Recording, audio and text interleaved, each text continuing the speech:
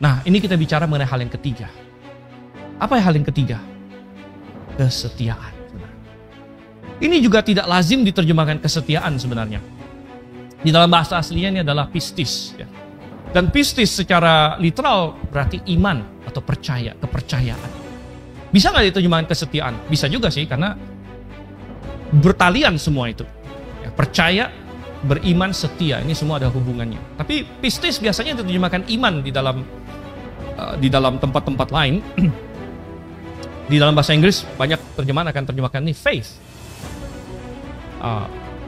Kesetiaan, iman.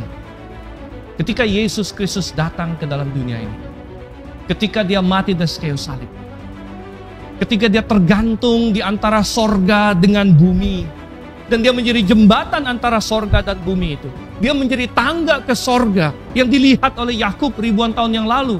Di dalam mimpi dia di Betel, dia melihat, aku melihat langit terbuka dan ada tangga dari bumi menuju ke sorga, dan malaikat-malaikat Tuhan naik turun di atas tangga itu. Tangga itu adalah Yesus. Dialah jalan menuju sorga. Dia tergantung di atas kayu salib. Dan pada saat itu dia berseru, sudah selesai. Sudah selesai. Dia menanggung seluruh dosa dunia. Ia adalah pendamaian untuk dosa kita, dan bukan untuk dosa kita saja, untuk dosa seluruh dunia. Tetapi tidak seluruh dunia diselamatkan. Kok bisa demikian? Tuhan berkata, lebarlah jalan menuju kebinasaan. Kenapa? Kenapa Yesus sudah mati untuk semua orang, namun tidak semua orang diselamatkan? Saudara, karena Tuhan tidak pernah memaksa orang untuk bersama dengan Dia. Tuhan tidak pernah memaksa orang untuk mau ke sorga. Tuhan menawarkannya. Dan apa yang Yesus lakukan di atas kayu salib tidak otomatis diterapkan kepada manusia. Walaupun dia sudah mati untuk semua orang.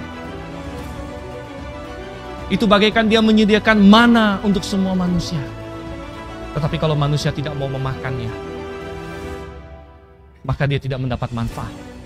Sama seperti ketika orang Israel digigit oleh ular, dan kemudian mereka mulai mati, dan mereka berteriak, Musa, Musa, tolong kami. Dan Musa berseru pada Tuhan, Tuhan bagaimana ini? Tuhan bilang, Musa, buat sebuah ular tembaga. Wow, nggak tahu berapa cepat Musa bikin itu. Bikin ular tembaga, orang sedang mati sekelilingnya, taruh itu pada sebuah tiang, dan katakan kepada semua orang, barang siapa melihat ular itu, dia akan sembuh. Tuhan yang benar aja, melihat. Melihat, Tuhan bilang. Bukan didatang diciumin, bukan, melihat. Bukan ini ya Tuhan, ularnya disirumin air terus kita minum airnya. Enggak, oh seperti itu. Melihat. Barang siapa melihat ular itu akan diselamatkan. Segampang itu Tuhan. Melihat. Barang siapa melihat ular itu akan disembuhkan. Lalu ular itu ditancap.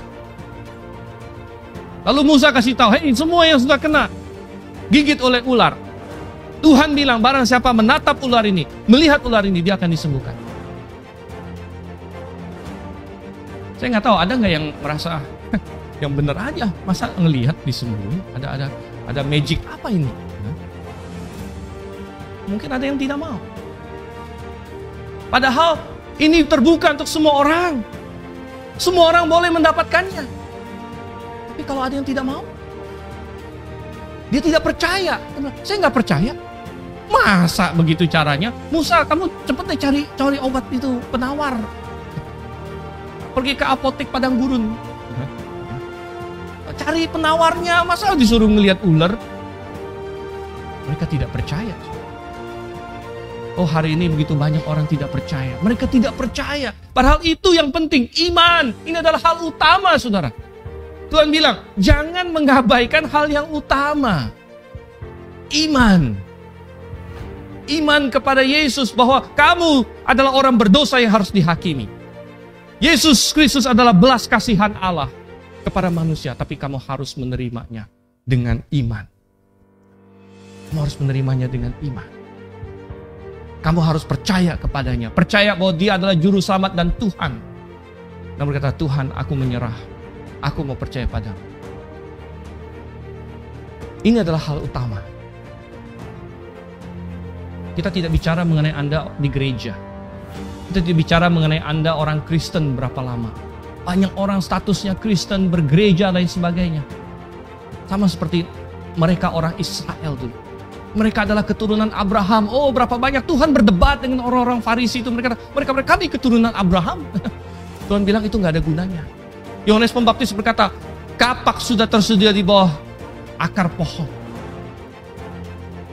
Begitu banyak orang melakukan kesalahan yang sama, mereka berkata, saya orang Kristen. Dari kecil saya sudah Kristen, dari bayi saya sudah Kristen, dari perut ibu saya sudah Kristen. Tapi itu tidak ada gunanya kalau kamu tidak memiliki iman pribadi kepada Yesus Kristus.